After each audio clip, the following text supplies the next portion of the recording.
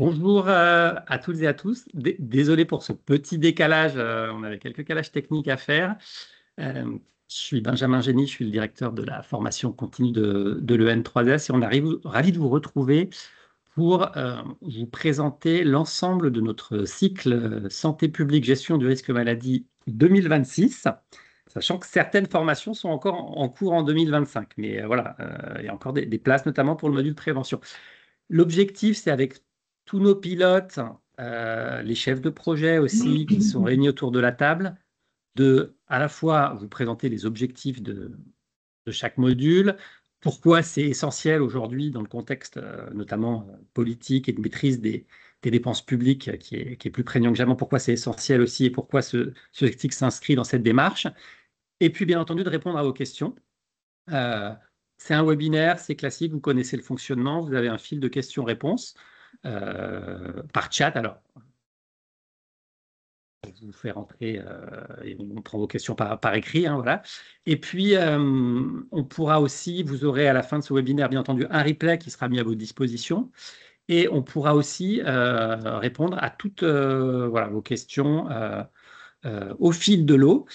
Ce que je voulais vous dire, c'est que c'était vraiment pour nous, c'est un cycle quand même essentiel pour différentes raisons. La première, c'est qu'on tient à ce qui fédère à la fois tous les acteurs de l'assurance maladie, mais en fait plus globalement de la santé publique. Donc c'est pour ça on veut aussi embarquer les acteurs des agences régionales de santé, des ministères, des agences et tous les partenaires avec qui on peut construire chacun des modules.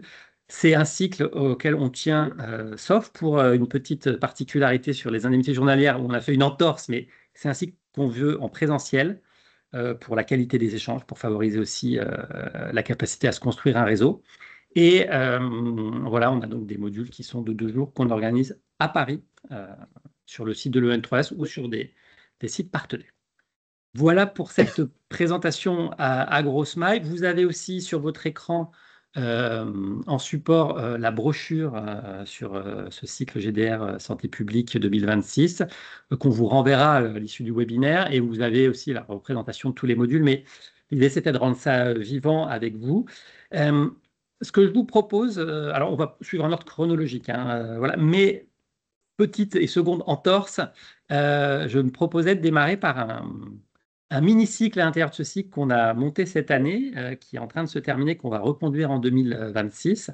C'était notamment à la demande de la CNAM et d'Aurélie Combas-Richard qui nous disait voilà, qu'elle voulait qu'on puisse travailler côté EN3S ce grand poste de dépenses et ce grand enjeu des indemnités journalières et des arrêts de travail.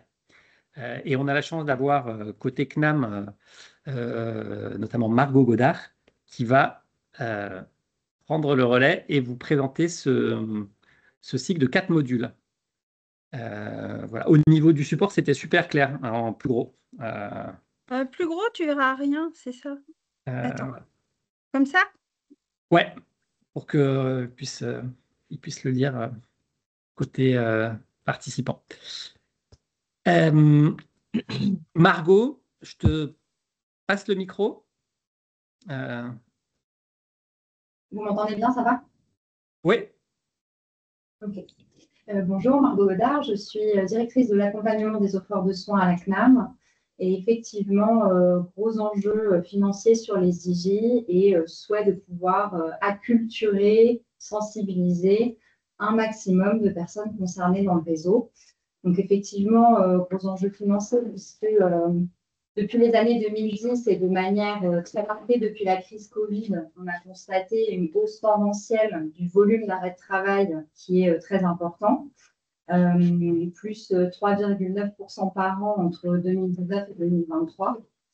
Et puis, comme vous pourrez lire dans le charge des produits de cette année, on a également une augmentation non seulement en volume, mais en dépenses, près de plus de 30% entre 2019 et 2023.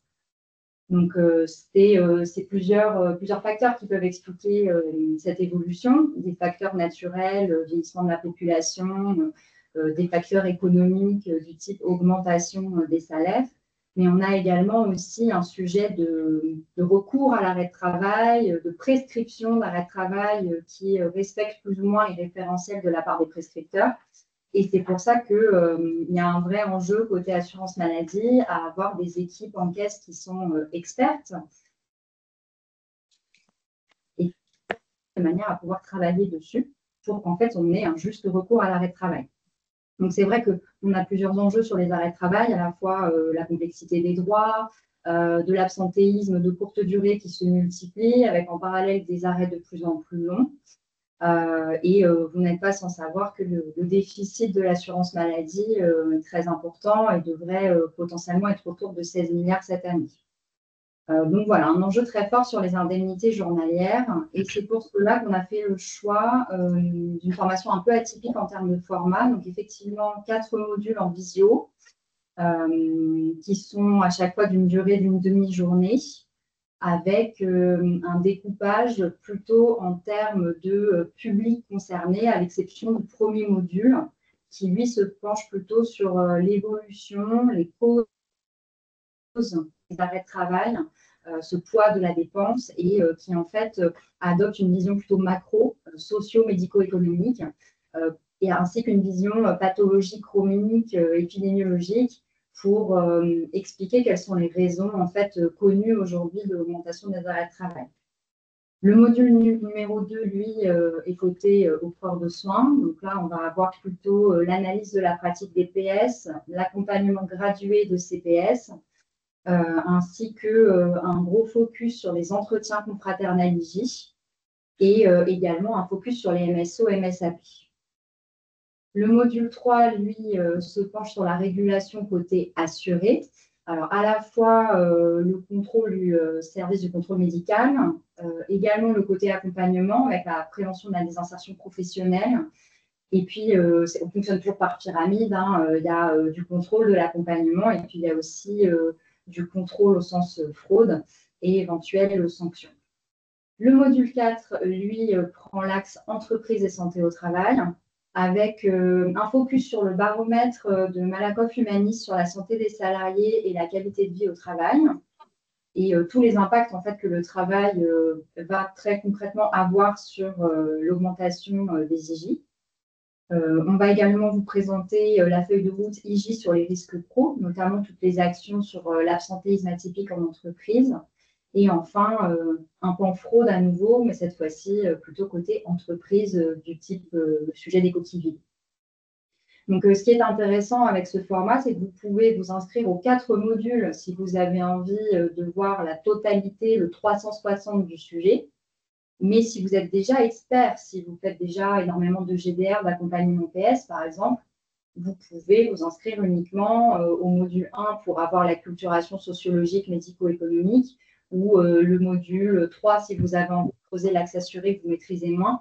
Donc voilà, c'est un peu l'avantage. On a un fonctionnement un peu en picking qui peut permettre de s'adapter aux besoins métiers. Et en termes d'intervenants, comme vous pouvez le voir dans le descriptif, on a des profils très variés. À la fois des experts en santé publique, des médecins de la CNAM, des directeurs, également des praticiens conseils du réseau, mais aussi des sociologues et des épidémiologistes, ce qui permet d'avoir vraiment la vision complète et la compréhension complète de ce sujet. Donc, je vous invite à venir écouter ces formations. Merci. Donc, voilà, c'est une sorte de masterclass en 4 modules, classe virtuelle à distance. Alors, on revient dans l'ordre chronologique sur le premier module. Je vois que Antoine Mathieu Nicoli est là, on le voit. Et ce qu'on souhaitait avec lui, c'était pouvoir commencer à vous présenter. Alors, chaque module, il évolue. Là, on vous a mis, ils sont intervenus, on a les objectifs, mais c'est des programmes vraiment à la carte, sur mesure, qui évoluent chaque année en fonction des actualités et de ce qui nous semble le plus pertinent. Là, les parcours de santé, on sera donc le 2 et le 3 avril 2026. Mais Antoine Mathieu, je te laisse nous en donner les grandes orientations et les grands objectifs. Oui, bonjour à tous. Je ne sais pas si on m'entend bien. Antoine Tuniquet, directeur de la gestion du risque Parfait. à l'assurance maladie. Donc, j'ai la chance d'intervenir plusieurs fois dans cette conférence, donc vous m'entendrez plusieurs fois. Sur la partie parcours de santé, on a essayé de construire un module qui donc traite d'un des sujets, peut-être le sujet majeur des prochaines années, à savoir la coordination de la prise en charge, notamment des malades chroniques. Puisque vous savez, ou en tout cas vous avez certainement vu dans Chargé Produit nos projections qui mettent en exergue que d'ici 2035, on aura 43% de la population qui sera atteinte d'une pathologie chronique et donc la prise en charge et la bonne prise en charge des parcours de ces patients est un enjeu clé pour le système. On a ces dernières années eu une démultiplication des différents dispositifs de coordination, CPTS, DAC, MSP et autres acronymes joyeux. Et donc, le principe de cette formation, c'est d'essayer, de repositionner l'ensemble des enjeux qu'on a à la fois financiers, macro, mais aussi micro, ce que ça veut dire que coordonner un parcours sur le terrain. Donc, on a un mix d'intervenants entre des intervenants de terrain, des membres de DAC, donc des dispositifs d'appui à la coordination, des membres de CPTS, des médecins généralistes et professionnels de santé pour que, au plus proche du terrain, on arrive à bien appréhender quels sont les enjeux, les outils et les bons leviers pour aider à mieux coordonner la prise en charge des patients. Et puis une vision plus macro et systémique, que veulent dire ces enjeux à l'échelle de nos dépenses d'assurance maladie, quelles sont les grandes propositions de l'assurance maladie et de ses partenaires notamment au ministère, sur ces thématiques, et puis donner un peu de perspective sur ce qui devrait arriver dans les 3-4 prochaines années en termes de nouveaux outils là-dessus. Donc ça, voilà, ça essaie de mélanger un petit peu tous les points de vue pour que ensuite, que ce soit dans vos actions de terrain ou plus centrales, vous ayez l'ensemble des leviers à votre disposition sur cette thématique hautement complexe et qui implique de nombreux acteurs assez divers. Voilà, j'ai fait court, mais ça résume ce Et- qu'on... c'est- Oui, merci beaucoup. C'est l'objectif, hein, c'est de redonner les grands objectifs, tracer quelques perspectives.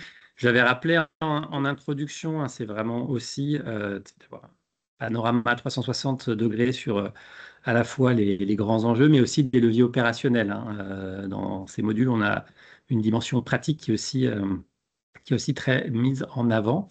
Euh, j'ai publié sur la partie questions-réponses sur le chat deux petits messages. C'est là que vous pouvez poser vos questions. Donc là, je m'adresse plutôt à ceux qui nous suivent en direct. Est-ce que vous voyez ça? Si vous pouvez mettre un petit pouce et puis n'hésitez pas, voilà, à interagir avec nous. Le deuxième module, c'est un module historique sur un gros poste de dépense. Merci pour les pouces. Les médicaments et plus largement les produits de santé. Alors, on parle de gestion du risque, mais je l'ai bien dit en introduction, c'est gestion du risque, c'est ce qui parle notamment à la branche maladie, à l'assurance maladie, mais c'est aussi, on a toujours aussi que ce soit des praticiens, des médecins ou des cadres, des ARS dans ces modules ou d'autres régimes, notamment la mutualité sociale agricole. Donc c'est vraiment un lieu de rencontre interbranche, interrégime et plus largement d'échange de tous les acteurs. Alors sur le médicament, sur les produits de santé, notre pilote, c'est Philippe Nati-Dauphin qui va Bonjour. vous en redonner les grands enjeux. Bonjour à tous, Philippe Nathy-Dauphin, donc je suis directeur délégué à la prévention et à la promotion de la santé pour l'ARS Nouvelle-Aquitaine et pharmacien de profession. Effectivement, comme l'a dit Benjamin, le secteur du médicament aujourd'hui se caractérise par une forte innovation. On a tous éventuellement en tête ce qui se passe dans le champ de l'oncologie. On se rend un peu moins compte de ce qui se passe au niveau mondial sur toute la prise en charge des traitements contre l'obésité et le surpoids, où il y a des études qui disent qu'au niveau mondial, une classe de thérapie, peut-être dans quelques années, pourrait atteindre 100 milliards d'euros de dépenses pour une classe de thérapeutique. C'est de l'inédit. Une grande hétérogénéité. À côté de ces médicaments très innovants, possiblement très coûteux, qui permettent de prendre en charge un spectre de pathologies rares de plus en plus large. On a aussi tout le vaste enjeu du générique et des biosimilaires. de nouveaux enjeux qui émergent sur le bilan carbone qui est associé à ces produits de santé, leur devenir une fois relargués dans l'environnement, ce qui était on va dire quelque part, quelque chose à laquelle finalement nos procédures de régulation ne s'intéressaient pas trop. Ces produits de santé, ils représentent une part très significative de ce qui est prescrit par les médecins, donc de la dépense. C'est un champ historique de la GDR parce que la commercialisation et les utilisations du médicament sont basées sur des études, basées sur la science et toute la partie evidence-based. Donc il y a de la matière pour faire de la belle GDR, si je puis dire. Notre module, il va s'attaquer tout d'abord à vous apporter une vision la plus simplifiée possible de ce qu'est la complexité du paysage des produits de santé. Alors le médicament, mais aussi les dispositifs médicaux et aussi d'autres catégories de produits qui sont dans le code de la santé publique. On va regarder comment ces produits ils arrivent sur le marché, comment est-ce qu'ils sont suivis. On a un temps de regard croisé entre la vision des industriels, la vision de la Direction générale des entreprises qui soutient le développement de l'industrie pharmaceutique et évidemment des acteurs de la régulation. Ce module, c'est l'occasion que la CNAM vous présente ces grands enjeux qui sont portés par la direction de la gestion du risque et aussi par la direction des produits de santé. On prend un temps pour avoir un regard aussi, un échange de praticiens de terrain, pharmaciens d'officine, responsables de pharmacie à usage intérieur. Et en clôture de formation, on a un temps qui est consacré par un acteur du numérique qui vous montre très concrètement comment ça se passe sur l'écran du professionnel de santé pour faire de la lutte contre la iatrogénie, pour faire de l'aide à la prescription. Et un deuxième temps avec une responsable d'une équipe de recherche sur les questions environnementales qui traite plus particulièrement des enjeux des produits de santé et qui là aussi vous donne des éléments concrets sur ce qu'on peut ou sur ce que les acteurs mettent aujourd'hui en place pour tenter d'améliorer le bilan carbone des produits de santé, que ce soit à l'officine ou le circuit du médicament. Voilà ce que je peux vous dire de manière très condensée sur ce module. Beaucoup d'intervenants. On a un rythme assez élevé, mais qui fait partie de la signature du module, si je puis dire, et qui pour l'instant a toujours beaucoup plu. Si vous avez des questions, n'hésitez pas. Merci Philippe. Alors c'est vrai que c'est un temps contraint ce webinaire. C'est pour donner envie, susciter l'envie de venir échanger sur un temps plus long, 2 jours. Et c'est en mai 2026, donc ça a encore le temps pour réfléchir aux modules qui vous semblent les plus pertinents pour vous, pour vos équipes. On passe au 3e module. Alors ça, c'était une nouveauté de l'an dernier, mais qui reste encore relativement nouvelle. C'est lié à la rénovation de la gestion du risque côté assurance maladie, avec la reprise, notamment, enfin, tout le dialogue autour de la gestion du risque hospitalière, la visite annuelle des établissements. Et alors, on a bien entendu ce module de nombreux intervenants, mais c'est notre chef de projet et pilote, Laurence Braillon, qui va vous en tracer les grandes lignes et les grands objectifs. Laurence, qui est qui est à la CNAM. Toute la CNAM. Dans l'open space, le bureau partagé.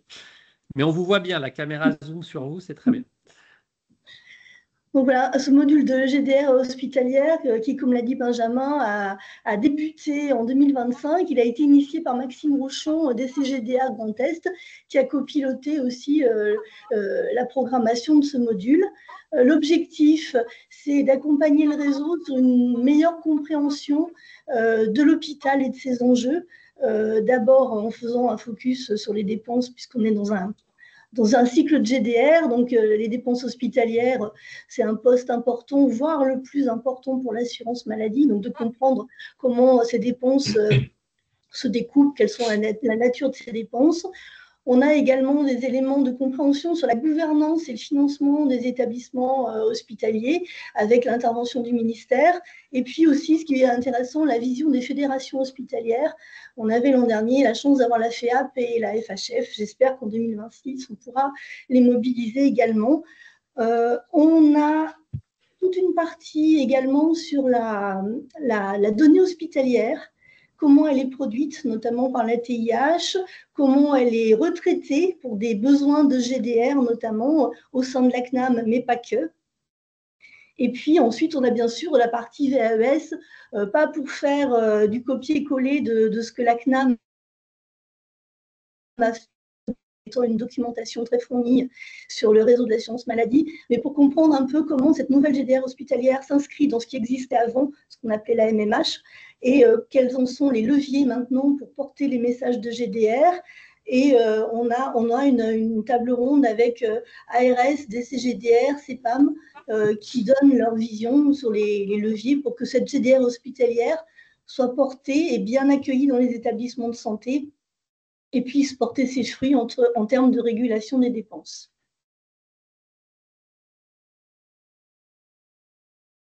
Très bien, très bien. Merci beaucoup, merci Laurence. Alors, le module 4, là, c'est Jean-Yves Graal qui est présent parmi nous pour aborder toutes les thématiques sont importantes, mais celle-là, peut-être encore plus particulièrement, c'est ce vieux sujet, toujours autant d'actualité, de la pertinence des soins et de la performance dans l'organisation aussi des soins. Monsieur Graal, je vous laisse Merci beaucoup. le présenter. Bonjour tout le monde, Jean-Yves Graal, donc je suis membre du Collège de la Haute Autorité de Santé, président de la CNEDIP, donc un des modules là m'intéresse beaucoup, le module 2 je crois, puisque je m'occupe des dispositifs médicaux. Je suis ancien directeur d'ARS, d'ARH et directeur général de la santé, cardiologue par ailleurs, vieux cardiologue. Et Dominique Libaud m'a proposé d'animer ce module, ce que j'ai accepté avec grand plaisir, avec Claire Montet, qui est mon binôme. Et donc, en quelques mots, bien sûr, la pertinence et la performance de l'organisation des soins. En gros, un fil rouge dans cette formation, la juste utilisation de la ressource et la pertinence des soins, mais pas que des soins, la pertinence des actions finalement dans ce domaine-là, avec quatre lignes générales que vous trouverez dans le programme, bien évidemment. Tout d'abord, la performance, bien sûr, et la mise en place de la bonne prescription et du suivi, en particulier en ville. Deuxième point, la qualité et la sécurité des soins en général, mais aussi la performance hospitalière. Troisième point, on aura une intervention pour une expérience étrangère, en l'occurrence en Suisse. Et dernier point, sur le quatrième, c'est une vision systémique de cette thématique dans le système de santé en général. Donc le module associe à la fois des interventions particulières, mais aussi des tables rondes. Et pour y avoir assisté l'année dernière, j'avais trouvé ça très intéressant et des regards croisés très, très utiles. Donc les intervenants sont, comme d'habitude, très éclectiques, chacun apportant son regard en fonction de son origine professionnelle, et tout ceci est dans ce fil rouge général. Et le programme est quasiment bouclé. On doit se voir avec Claire Montet pour l'affiner un petit peu en vue de ces 2 journées du mois de juin prochain. Voilà en quelques mots ce que je voulais vous dire. Et bien sûr, je reste à votre disposition. Un grand merci. Effectivement, je l'ai bien précisé. Et alors, on a effectivement Dominique Libaud qui ne peut pas être parmi nous pour ce webinaire, mais c'est vraiment sous son impulsion que ce cycle a été créé et a évolué. Et vous le voyez, là, ça a été très bien dit. Les programmes sont ajustés jusque dans les dernières semaines, avant chaque module, pour tenir compte aussi des retours qui sont faits, des évaluations, et puis des actualités du moment aussi. Et on sait que ça peut bouger assez vite en ce moment. Ouais. Merci. Alors, on arrive à mi-parcours. On retrouve sur un module, alors là, qui est peut-être plus de l'ordre du développement des compétences en gestion de projet, mais gestion de projet complexe, spécifique à la santé publique et à la gestion du risque maladie. Donc, c'est notre module 5, la gestion de projet complexe en GDR. Il est porté à la fois par Claire Montet, mais aussi bien entendu côté CNAM par des acteurs CNAM qui le pilote et l'anime. Et c'est Antoine Mathieu-Nicoli qui s'y recolle et qui revient, mais sur quelque chose de plus, voilà, plus soft skills, on va dire. Alors, il y a le micro qui est encore coupé. Hop, c'est bon, j'ai rallumé mon micro. Voilà. Donc, je prends mon deuxième tour. Donc, effectivement, sur ce module, on a essayé de construire une double approche, parce qu'on voit bien que la notion de gestion du risque emporte des projets éminemment complexes qui impliquent un, de nombreuses thématiques, deux, de nombreux acteurs, et trois, sur ces projets-là, on attend une capacité à la fois de construction d'actions, de mobilisation d'outils divers et variés, mais aussi des capacités d'évaluation de projets qui sont importantes pour nous, puisqu'à la fin, on cherche en général à évaluer des économies qui ne sont pas simples à évaluer au demeurant. Et donc, on a construit un module qui alors, s'adresse principalement quand même à des directeurs de mission, chefs de projet qui interviennent dans la GDR sur le plan local et qui essaie, de repositionner un peu les enjeux qu'on a en matière de gestion du risque. Et donc, on redéveloppe assez largement sur l'ensemble des champs. Et donc, c'est pas mal pour avoir une vision transverse des différents autres modules de ce cycle. On redéveloppe assez largement les enjeux d'économie que l'on a et les différentes tendances que l'on connaît sur les transports, les IJ, les produits de santé, etc. On remet un peu aussi en perspective les grands enjeux qu'on a mis en termes de retour à l'équilibre de la branche en cadre de charges et produits. Et puis ensuite, on développe un certain nombre d'outils avec vous pour vous aider sur des cas pratiques à construire des projets de gestion du risque à la fois en local et en régional. Y compris en intégrant maintenant un volet qu'on essaie de développer qui est des projets copilotés entre le national et le régional au sein de l'assurance maladie, dans le cadre de nos très beaux laboratoires d'économie qui se mettent en place. Et donc voilà, ce module est un module effectivement un peu différent des autres parce qu'il porte principalement, une vision transversale de la gestion du risque et deux, comment est-ce qu'on conduit ce type de projet un peu particulier pour notre institution. Et je crois que je garde la main ensuite, si je ne dis pas de bêtises, Benjamin, sur la partie transport, si c'est le module 6. Oui, effectivement, les transports de patients avec un sous-titre réforme pour un système de santé durable et Voilà. équitable.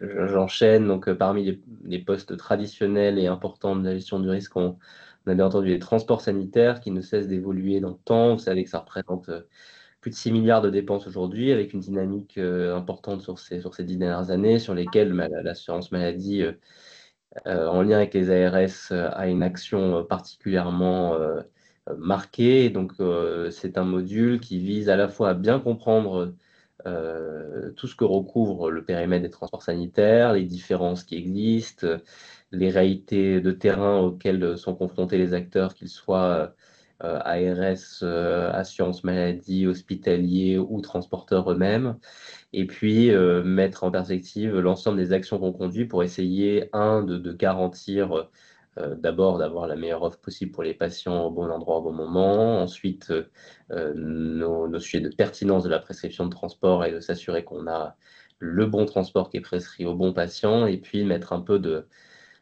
vision à moyen terme sur comment est-ce voilà, quels outils on développe pour mieux réguler ce secteur qui est un secteur clé de l'avenir de notre prise en charge. Et donc, c'est assez intéressant parce qu'on a là aussi une vision assez transversale des acteurs, à la fois des acteurs de la CNAM, mais aussi des ARS. On a des transporteurs sanitaires, des syndicats, voilà, des médecins, et puis des acteurs de la GDR. Donc, ça permet quand même d'avoir une bonne vision sur tout ce qu'on fait et tout ce qu'on pense vouloir faire les prochaines années en termes de transport sanitaire. Très bien, merci beaucoup. On passe donc on est là déjà au second semestre 2026. Il y aura le temps aussi voilà, de retravailler chaque module. Le module 7, c'est vraiment aussi, tous les axes sont importants, hein, mais c'est un axe d'autant plus important qu'on a vu récemment qu'il y a eu à la fois des très bons résultats côté, notamment assurance maladie, mais pas que, aussi côté MSA. Enfin, tous les régimes ont renforcé leur dispositif de lutte contre les abus et les fraudes. On sait que c'est aussi le nerf de la guerre en matière aussi d'acceptabilité de notre système vis-à-vis du grand public. Donc il y a un enjeu très fort et on aborde lors de ce module la stratégie de façon globale, en interbranche aussi, inter-régime. Je passerai aussi, après la présentation de Béatrice Rio côté CNAM, la parole au docteur de Souza côté MSA pour qu'elle puisse aussi vous donner envie de venir à ce module et de retracer les grands enjeux pour le régime agricole, la lutte contre la fraude. Donc, c'est une stratégie globale, c'est évaluer, c'est prévenir, détecter, bien sûr contrôler et on va jusqu'à la sanction. Est-ce que Béatrice Rio a pu vous rejoindre du côté de la CNAM, parce qu'il y a des problèmes de connexion? Formidable. Et ben, je vous cède la parole. Merci beaucoup. Bien, oui, bonjour à tous.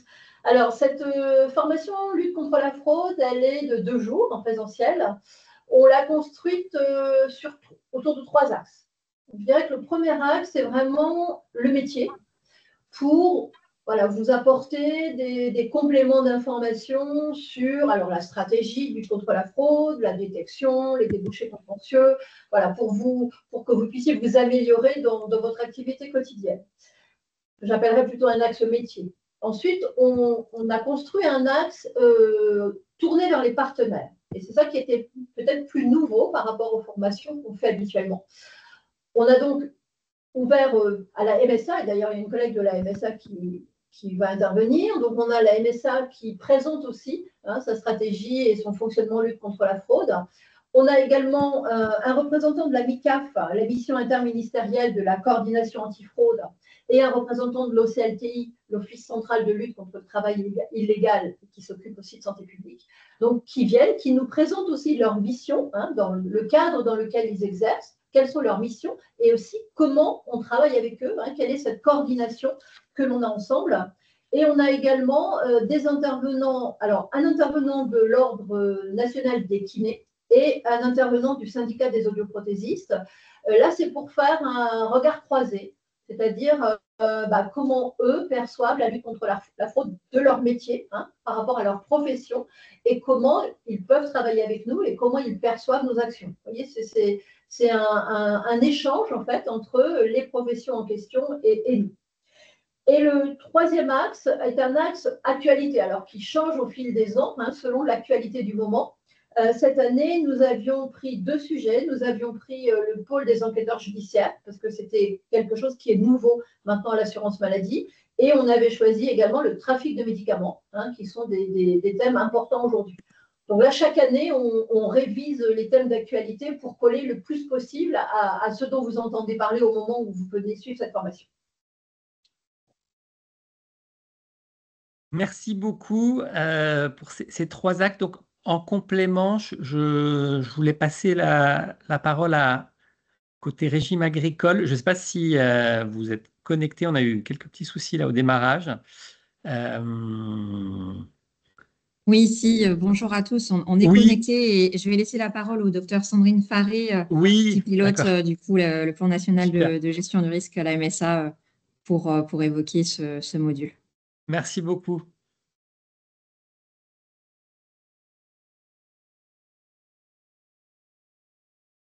Sandrine. Alors, si on peut lui ouvrir le micro. Vous êtes dans le même lieu ou pas? Non, on n'est pas même pas dans la même ville là, au moment où on parle. Ah oui, parce qu'en fait, elle doit avoir le lien, participant. Sinon, je vais l'appeler. Non, mais le problème, c'est que faut que j'arrive à la retrouver. Pas facile, il faut que j'arrive à la trouver dans la liste des participants. Et alors, je vais voir si j'arrive à le faire. Sinon, ah ben voilà. Autoriser le micro et la caméra. Non, c'est bon. Est-ce que vous nous entendez? Oui, voilà. Je vous entends très bien. Merci beaucoup. Désolé pour les petits agréments. Non, mais il n'y a pas de problème.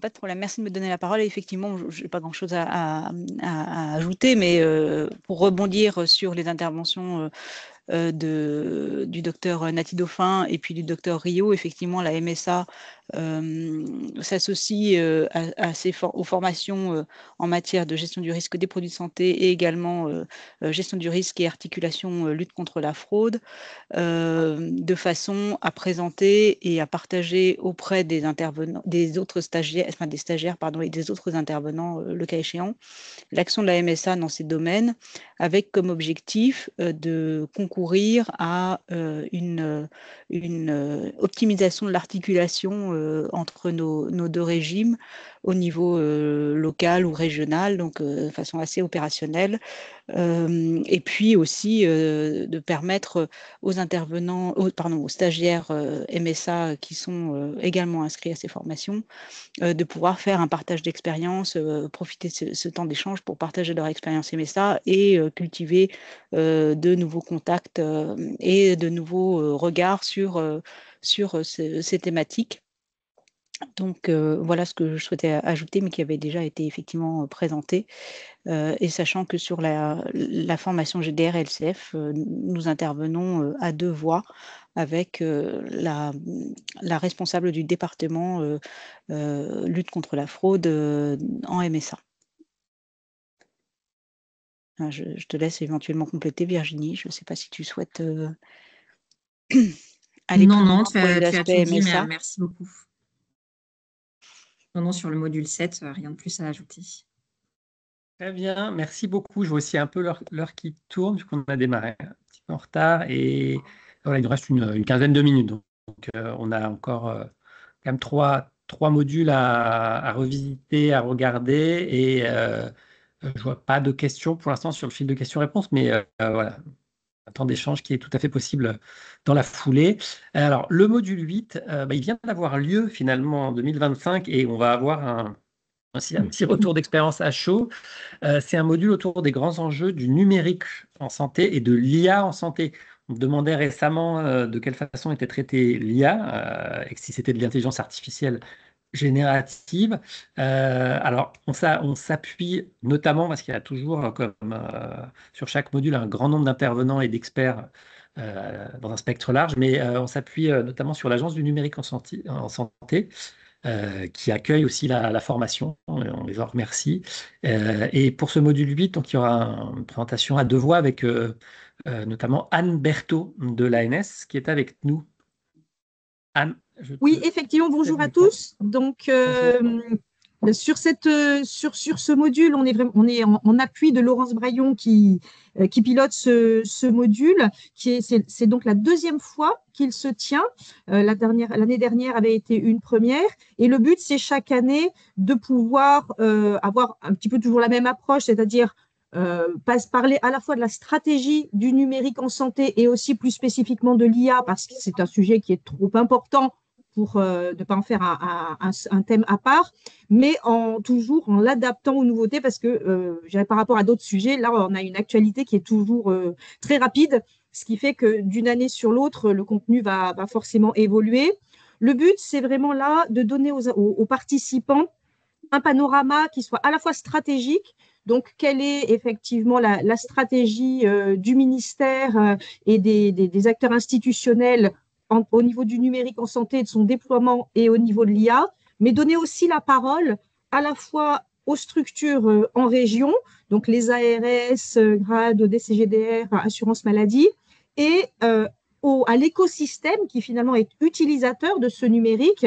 Ça passe par, bien sûr, les industriels, les professionnels de santé, les structures, les patients, pour que chacun, en fait, puisse apporter son éclairage avec une vision qui va du stratégique à la mise en œuvre opérationnelle, et pour faire toucher du doigt un sujet qui est souvent vu comme un peu à part, et pour ce qui est de l'IA, qui est porteur, je dirais, à la fois d'anxiété, de fantasmes, de beaucoup de choses. Donc là, c'était aussi pouvoir donner un éclairage plus concret sur tous ces aspects-là. Laurence, je te laisse compléter. Non, voilà, je pense que tu as fait le tour de la question. C'est vrai que c'est une formation qui est très dense et qui un nombre assez conséquent d'intervenants et on a pour ambition, alors je ne sais pas si on y arrive, mais d'essayer de faire le tour du sujet et de donner la parole à l'ensemble des personnes qui de près ou de loin ont affaire avec l'IA en santé. Y compris les patients. Oui, oui, ça va pour avoir vu, alors j'ai pas eu la chance d'y assister, mais j'ai lu attentivement le programme. Oui, on aborde le numérique, ça a des enjeux de téléconsultation jusqu'à l'appui pour les professionnels de santé de l'IA dans différents domaines, euh, notamment voilà, prescription ou autre. Merci beaucoup. Alors, il faudra attendre un an, puisque mais on aura tout le temps de reconcocter un beau programme. Donc, on est vraiment là, on est au second semestre 2026. Alors, c'est des modules, parfois on nous demande est-ce qu'on peut les décliner en intra dans différents organismes sur le territoire.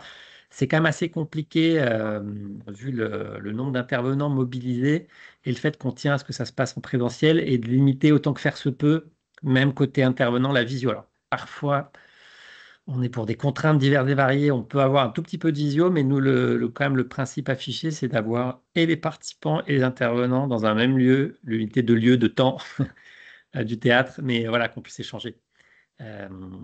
Et donc, les intras, c'est quand même assez compliqué à organiser, sauf peut-être gestion de projet complexe en GDR, on pourrait envisager des intras. Alors, module 9, tout est d'actualité, mais bon, allez, peut-être là encore, avec beaucoup de choses qui ont été écrites récemment sur le sujet, et puis cet enjeu notamment de l'accès aux soins. Donc, c'est construire et animer des territoires de santé. Il va avoir lieu, là, une prochaine session qui va avoir lieu, mais elle est complète pour cette année. Évidemment, on le reproposera l'an prochain. Sandra Bidegaray de la CNAM va prendre le micro et nous en présenter la philosophie, les grands enjeux et ce qu'on y fait aussi de façon pratique. J'ai un peu insisté là-dessus sur certains modules, mais c'est vrai qu'on tient à ce que les participants puissent repartir avec des outils aussi ou des leviers d'action.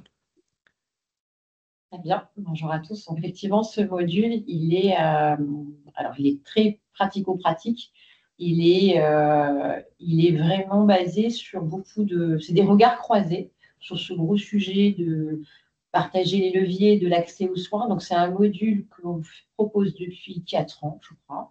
Il est né au début des CPTS, avec doucement les territoires se sont dessinés avec les CPTS, puisque c'est les professionnels de santé qui ont choisi ces territoires-là. Et chaque année, ce module change. On ne perd pas le fil c'est construire ces animations territoriales. Et sur les 2 jours, on invite des personnes différentes chaque année en fonction de l'actualité, en fonction de ce qu'on a vu d'innovant dans l'année. Et donc, c'est surtout pour partager, il y a un temps pour partager des expériences entre les participants qui vont communiquer, parce qu'on a les ARS présents, les caisses, la MSA, et chacun a eu des expériences heureuses ou malheureuses, et c'est l'occasion de les partager. Et donc, depuis 3-4 ans, voilà, il y avait les CPTS, les MSP, je fais du sigle exprès, mais on ne parle pas qu'en sigle à la formation, les ESP, les équipes de soins, voilà. Et tout ça change. En un an, on voit d'une année à l'autre que le territoire, ça bouge énormément. Aujourd'hui, on a 90% du territoire qui est couvert par un projet de CPTS à différents stades. Il y a des stades qui sont encore projets validés, lettres d'intention. Mais on va dire que le territoire, il est couvert. Aujourd'hui, l'objectif, c'est comment on accompagne toutes ces différentes formes pour que ce soit complémentaire. Temps pour la mise en place, pour l'interconnaissance, c'était normal. Là, on est quand même passé depuis 2 ans à accompagner aussi l'impact. Il y a clairement, et c'est un sujet d'actualité, c'est assurer le bon usage des fonds, l'impact des actions, la complémentarité des actions. Donc, ces 2 jours-là, c'est un peu sur tout ce qui existe, tout ce qui émerge. Donc, on prend un temps, donc moi, la CNAM, j'ai un temps avec la DGOS pour faire le point sur tous les leviers qui sont réglementaires et conventionnels, parce qu'on perd parfois, mais tout ça est très, très complémentaire. Le conventionnel et le réglementaire. Et puis, on invite différentes personnes. Donc, je vais parler de cette année, sachant que l'année prochaine, ce sera probablement d'autres personnes. Donc, par exemple, cette année, on aura des regards croisés d'un sociologue, parce que c'est vrai qu'il y a aussi à prendre en compte pour prendre un peu de hauteur, économiste de la santé. On a invité aussi, je dis son nom, Sylvain Fonte, comme c'est une star, mais c'est une star, qui a fait un tour des MSP à vélo et qui a pris les lunettes un peu positives pour regarder aussi tout ce qui marche. Dans ce module, c'est ce qu'on veut aussi, c'est voilà, on peut regarder aussi ce qui a bien fonctionné. C'est un module qui a aussi cette ligne-là. Donc, il vient partager avec nous ce qu'il a vu très complémentaire entre des MSP, des CPTS sur le terrain et ça fait du bien aussi de parler de ce qui a fonctionné. Et puis, on a invité aussi le syndicat des jeunes médecins qui est déjà là avec nous et c'est très intéressant parce qu'ils partagent aussi qu'est-ce qu'attend la nouvelle génération de médecins, l'attractivité, etc. Et puis, on aura France Asso Santé aussi parce qu'il nous fallait aussi ce regard un peu des assurés. Et on va aussi passer un temps sur les hôpitaux de proximité, sur les centres de santé solidaire. Centres de santé solidaire, c'était innovant il y a 2 ans. Je ne dis pas que ce n'est pas innovant aujourd'hui, mais aujourd'hui, à date, c'est quoi le bilan? Est-ce que ça marche? Ça correspond aussi à quelque chose qui peut attirer certains médecins. Et puis, cette année, on a ajouté aussi le regard élu, la place des élus. Comment, avec les élus, ça va être d'autant plus important l'année prochaine, mais ça sera aussi 2026, sur l'accès à la santé. Ils sont vraiment en première ligne au niveau des communes. Et donc, ça aussi, c'est un partenariat à faire vivre.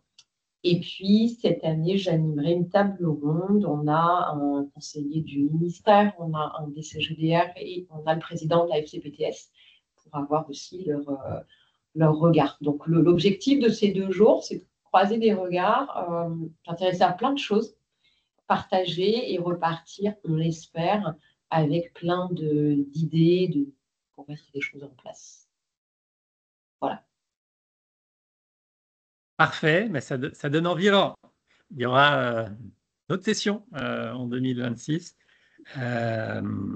Et en tout cas, bonne session de formation dans une quinzaine de jours maintenant, même pas, une dizaine de jours. On arrive à la fin du cycle et le module 10 qui lui aussi, alors lui c'est une nouveauté de cette année qui n'a pas encore eu lieu, donc on ne peut pas vous faire un retour d'expérience, mais c'est vrai que ça va être très bien. C'est un des grands enjeux, souvent on dit le parent pauvre un peu en France des politiques publiques parce que c'est difficile d'y consacrer des fonds. Il y a toute la question du retour sur investissement et de l'efficacité des actions. C'est le module 10 autour de la prévention en santé, à la fois pour modifier les comportements, mais aussi arriver à obtenir des résultats financiers. Laurence, alors on a différents partenariats, je vais te laisser le présenter. Et là, par contre, vous avez encore la possibilité de vous inscrire, puisque c'est le 11 et 12 décembre à Paris, toujours, et il reste quelques places. Donc, il n'est pas trop tard, c'est dans un mois. Voilà, Laurence, je te laisse donner envie aux gens de s'inscrire. Donc, c'est un nouveau module 2025 reconduit en 2026 qu'on a co-construit avec la Fédération Promotion Santé, avec l'idée de donner envie d'agir en termes de prévention, mais aussi de comprendre les tenants, les aboutissants de la prévention en balayant tous les principes et les concepts liés à la prévention, en balayant aussi tous les acteurs en France qui s'occupent de prévention et qui ne sont pas forcément connus de tous. On aura également un petit focus international pour voir comment les autres pays, notamment les pays européens, travaillent sur ce levier de prévention. Ensuite, on va avoir toute une partie sur les outils et les conditions de réussite des actions de prévention. Donc, avec des experts du sujet qui vont nous présenter la littératie en santé, l'universalisme proportionné, toutes les méthodes de marketing social pour que la prévention puisse aboutir. On aura une demi-journée consacrée également à l'évaluation des politiques de prévention avec un universitaire spécialiste du sujet. Et on terminera, je garde le meilleur pour la fin, on terminera cette formation avec comment nous, chacun, est-ce qu'on peut devenir un acteur de la prévention, le plaidoyer en santé, comment est-ce qu'on peut porter des messages de prévention. Mais, donc je disais que je gardais le meilleur pour la fin, c'est quelque chose d'un petit peu novateur dans ce cycle santé publique.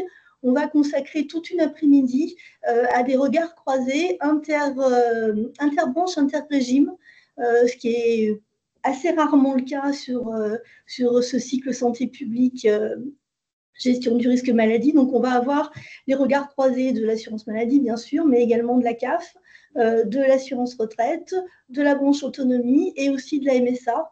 Donc, pour voir comment chacun appréhende cette dynamique de prévention, quels sont les leviers pour les mettre en place. Et puis, on essaiera de voir en atelier comment est-ce qu'on peut travailler sur des thèmes ensemble et faire de la prévention un sujet qui ne soit pas forcément traité en silo dans chacune des branches et des régimes, mais qui puisse faire l'objet de travaux concertés en interbranche, interrégime, ce qui est déjà le cas sur certaines thématiques d'ailleurs.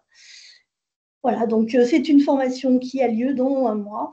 Et comme l'a dit Benjamin, il reste encore des places. Donc, si vous voulez venir tester ce premier module sur le sujet de la prévention, vous êtes les bienvenus. Merci. Oui, je voyais une question sur, effectivement, donc c'est un module. Tous les modules qu'on a présentés, ils sont reconduits, enfin, ils existent, ils vont exister en 2026. Ce module-là, prévention en santé, il aura lieu les 11 et 12 décembre. Je vous ai mis le lien dans la conversation.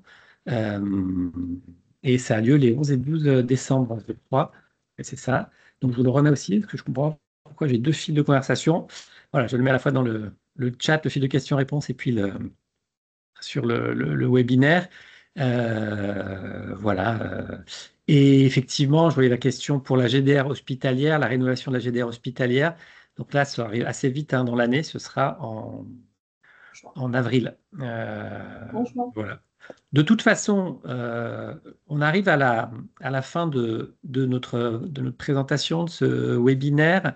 Je tenais à remercier encore une fois tous les intervenants. Alors désolé, ça a été chaud au démarrage, mais finalement, le présentiel, vous voyez que ça sert, puisque à la CNAM, ils sont tous réunis dans la même salle et c'est très bien de les avoir sur le même plateau, comme ça, ils ont pu échanger aussi. Et puis, on a super, on vous a donné envie de venir participer, de nous voir en présentiel, sauf pour la première partie présentée par Margot Houdard, donc le cycle indemnité journalière arrêt de travail, qui lui se fait à distance.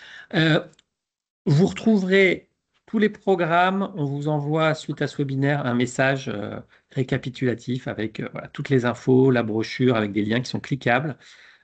Et puis aussi un lien vers le replay si vous souhaitez revoir certaines parties et les diffuser aussi, ou vous en faire le relais auprès de vos équipes. Grand merci à toutes et à tous et à très vite pour d'autres formations en santé publique. Au revoir. Merci, au revoir. Au revoir. Merci, au revoir.